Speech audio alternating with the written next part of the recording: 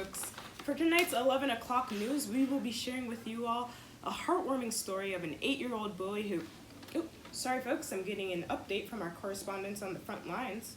Seems like the Vietnam War has stopped. Well, that's great news. You know what? Scratch the story about the 8-year-old boy. We're making this our headline feature.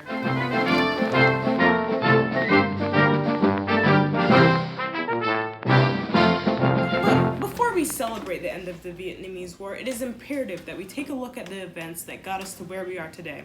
Susie is here with our timeline. Take it away, Susie. Thanks, Jim.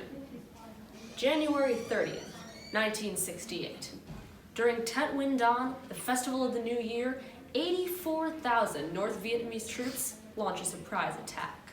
Though they are repelled and suffer heavy losses, the North Vietnamese capture the U.S. Embassy, a symbol of the true weakness of the U.S. position. In the face of student protests and media outrage, President Johnson unsuccessfully begins moving toward a ceasefire. March 1968, the My Lai Massacre. American troops kill between 400 and 500 unarmed civilians in the town of My Lai. The brutality, rape, and mutilation pushes the population of South Vietnam further toward the side of the Viet Cong.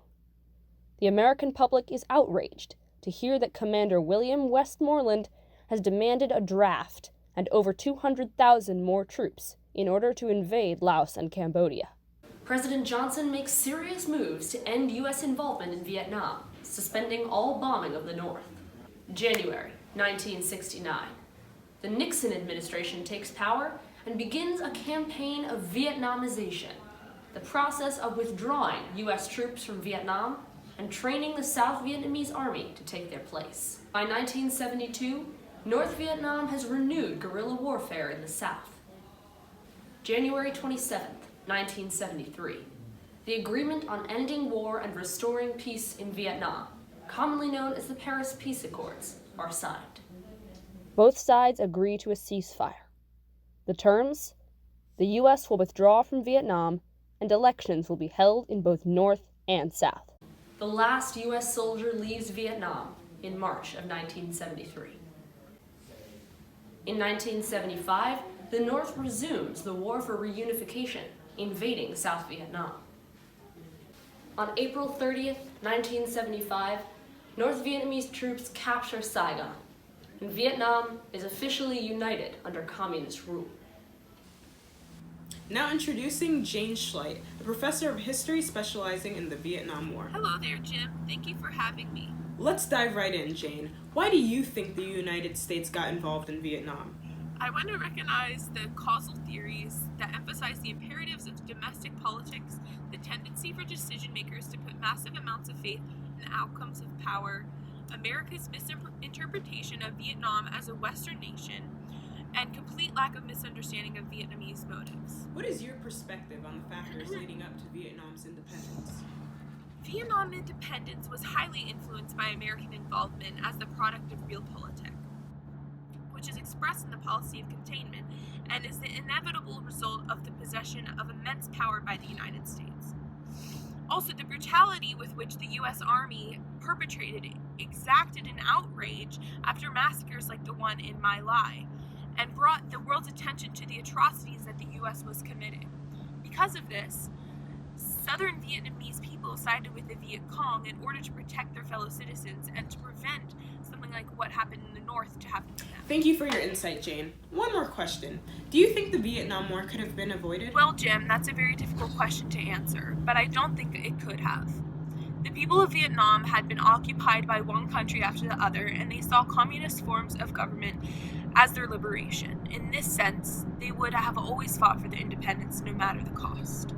Thanks for the insight, Jane. Now for a different look at the Vietnam War, let's hear from Alexis Heidenberg, professor of history at the University of Pennsylvania. Good evening, Alexis. What is your view on the newly ended Vietnam War? They're idiots. The cause of the Vietnam War has not one, but many factors. The Vietnam War is the deadly concoction derived from the interplay between colonial, Cold War, and Civil War. In order to truly understand the Indochina War, One must start from the beginning. The invasion and the eventual colonization of Vietnam by the French created a fragile power structure that was determined by the rule of one nation. When World War II broke out, the fascist French became indisposed as the rulers of Vietnam, leaving Indochina in the hands of the Japanese. Obviously, the end of World War II, as we all know, is rooted in the atomic terrorism used by America to defeat the Japanese. This left a power vacuum in Vietnam, one that our favorite revolutionary, Ho Chi Minh, used to declare Viet independence, something that would not be recognized by other world powers for years to come. The Indochina War boils down to the basic principle: multiple agents using each other to further their own agenda. It is the reason that one cannot bracket out the Cold War, Colonial War, and Civil War as one reason for the Vietnamese Revolution. The French, despite having a colonial agenda, cast themselves on the front line of the free world struggle against communism. This forced Americans to abandon their anti-colonialism agenda and switch to anti-communism due to fear of expansion. The Americans and the French essentially used each other for their own agendas, to the point where America was funding 70% of the Indochina War. Listen, when looking at the Civil War itself, it allowed Americans to no longer rely on French colonialism to fight the war against communism, because they had South Vietnam controlled by EDM. South Vietnam was an authoritarian dictatorship that relied on the crushing of communist forces. Essentially, the Civil War allowed for the Cold War to be played outside of the colonial gaze. Additionally, Diem would not have been able to hold onto South Vietnam without American support, and the Americans only supported South Vietnam to fight against communism. See, it's all connected.